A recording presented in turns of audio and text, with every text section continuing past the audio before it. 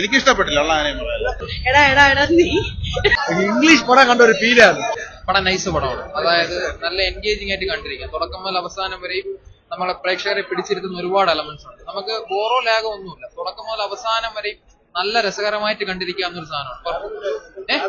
ലാഗൊന്നുമില്ല. അതുപോലെ എന്താ പറയാ, എല്ലാ ഡിപ്പാർട്ട്മെന്റും കലക്കി. അതുപോലെ പെർഫോമൻസ് സൈഡ് നോക്കുകയാണെങ്കിലും എല്ലാ ആക്ടേഴ്സും കൊള്ളാം. ഈ മെയിൽ ആക്ടേഴ്സിൽ അമിതാഭ് ബച്ചൻ ഒരു പീക്ക് ലെവൽ സംഭവം ചെയ്തേക്കുന്നത്. അതായത് ഈ ഒരു ഏജിലും, പിന്നെ പുള്ളി സൂപ്പർ സ്റ്റാർ ആയിരുന്നു, അതുകൊണ്ടായിരിക്കും സൂപ്പർ സ്റ്റാർ ആയിരുന്നു എന്നല്ലാണ്, എന്നും പുള്ളി സൂപ്പർ സ്റ്റാർ തന്നെയാണ്. ആ ഒരു പെർഫോമൻസ്, പുള്ളി എന്താ പറയാ, പുള്ളിയുടെ ആ ഒരു എക്സ്പ്രഷൻ ആണെങ്കിലും ആക്ടിങ് സ്കില്ലൊക്കെ ആണെങ്കിലും പീക്ക് ലെവലാണ്. നല്ല മൂവിയാണ്. ഫസ്റ്റ് ഹാഫ് കുറച്ചൊന്ന് ആവറേജ് ആണ്. സെക്കൻഡ് ഹാഫ് നല്ലോണം ഒരു പുള്ളി ചെയ്തിട്ടുണ്ട്. അടിപൊളി ക്ലൈമാക്സ് ആണ്. സെക്കൻഡ് പാർട്ടിനുള്ള എല്ലാം നല്ല കാര്യമായിട്ട് ഇട്ടിട്ടുണ്ട്. കമൽഹാസന്റെ ലാസ്റ്റിലുള്ള ഒരു മൂവും അതുപോലെ തന്നെ പ്രവാസിനെ റിവീൽ ചെയ്യുന്നത് ഭയങ്കര നന്നായിട്ടുണ്ട്. അതുപോലെ തന്നെ പ്രത്യേകം വേണ്ട ഗ്രാഫിക്സ് സൂപ്പർ ഗ്രാഫിക്സ് ആണ്. അതായത് ഇംഗ്ലീഷ് മൂവീസിന്റെ എല്ലാ ലോർഡ് ഓഫ് റിംഗ്സിലൊക്കെ നമ്മൾ കാണുന്ന രീതിയിലുള്ള ഏരിയൽ വ്യൂസും എല്ലാം ഭയങ്കര ഭംഗിയായിട്ടുണ്ട്. അതിന് ഒരു ഹാറ്റ്സ് ഓഫ് എന്തായാലും നാഗിന് കൊടുക്കണം. അമിതാഭ് ബച്ചൻ എല്ലാവർക്കും അവരവരുടെ പാട്ടുണ്ട്. നല്ല അതൊരു മെറ്റ ഹ്യൂമൻ ആ ഒരു ടൈപ്പ് ചെയ്ത് അങ്ങനെ വെച്ചിരിക്കുന്നത്. നല്ല പടം. സെക്കൻഡ് പാർട്ട് ഒത്തിരി ഇഷ്ടപ്പെട്ടു. ബാഹുബലിക്ക് ശേഷം പ്രഭാസിന്റെ അടുത്ത ഒരു അടിപൊളി സിനിമയായിട്ടാണ് എനിക്ക് തോന്നിയത്. സലാറൊക്കെ വന്നെങ്കിലും എനിക്കിതാണ് കൂടുതൽ ഇഷ്ടപ്പെട്ടത്. എല്ലാവരും നല്ല രസമുണ്ട്. എല്ലാവർക്കും ഈക്വൽ ഇമ്പോർട്ടൻസ് ഉണ്ട്. എന്താ പറയാ, വിഷ്വൽ ട്രീറ്റ് ഒക്കെ സൂപ്പർ ആയിട്ടുണ്ട്. എല്ലാവരും നല്ല ഗ്ലാമറസ് ആയിട്ടുണ്ട് കാണാൻ. 3D കണ്ടത് നല്ലതായിരുന്നു. ഫൈറ്റ് എല്ലാം നല്ല രസമായിരുന്നു കണ്ടോണ്ടിരിക്കാൻ. എല്ലാരും നല്ലതായിരുന്നു. അങ്ങനെ ഒന്നുമില്ല, നല്ലതാ.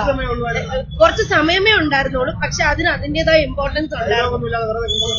ഡയലോഗ് ഒന്നും ഇല്ലെങ്കിൽ ആക്ഷൻസ് ഉണ്ടായിരുന്നു. എടാ എടാ എടാ നീ. സിനിമ തുടങ്ങുന്നത് ഒരു മഹാഭാരത യുദ്ധത്തിന്റെ ഒരു സീക്വൻസ് വെച്ചിട്ടാണ്.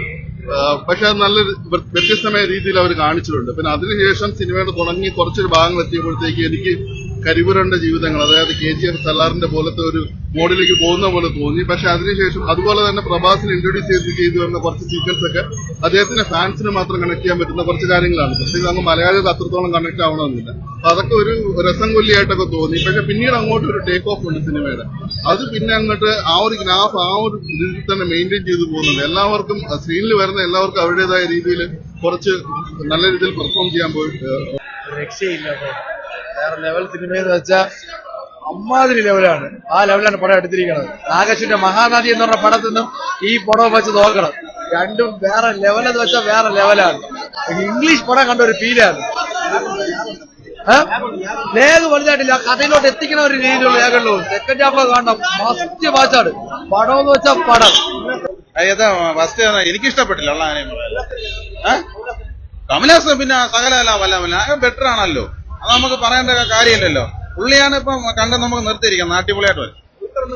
ദുൽഖറിന് ഇതിൽ നമുക്ക് കൊണ്ടുവരേണ്ട ആവശ്യമില്ല. കാരണം ദുൽഖറിന് ഒരു ശകലമാണ് കൊടുത്തേക്കുന്നത്, ഒരു ശകലതരം.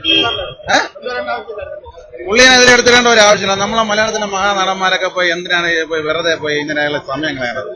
അല്ലെങ്കിൽ നല്ലൊരു ഹൈപ്പായിട്ട് ഇത് കൊടുക്കണം. കൂടുതൽ അമിതാഭ് ബച്ചനാണ്. കമൽഹാസൻ കഴിഞ്ഞാൽ ബെറ്റർ ആണ്. പുള്ളിയാണ് വേറെ ലെവലായിട്ട് വന്നിരിക്കുന്നത്. കുറച്ച് ലാഗ് പോലെ ഫീൽ ചെയ്തു.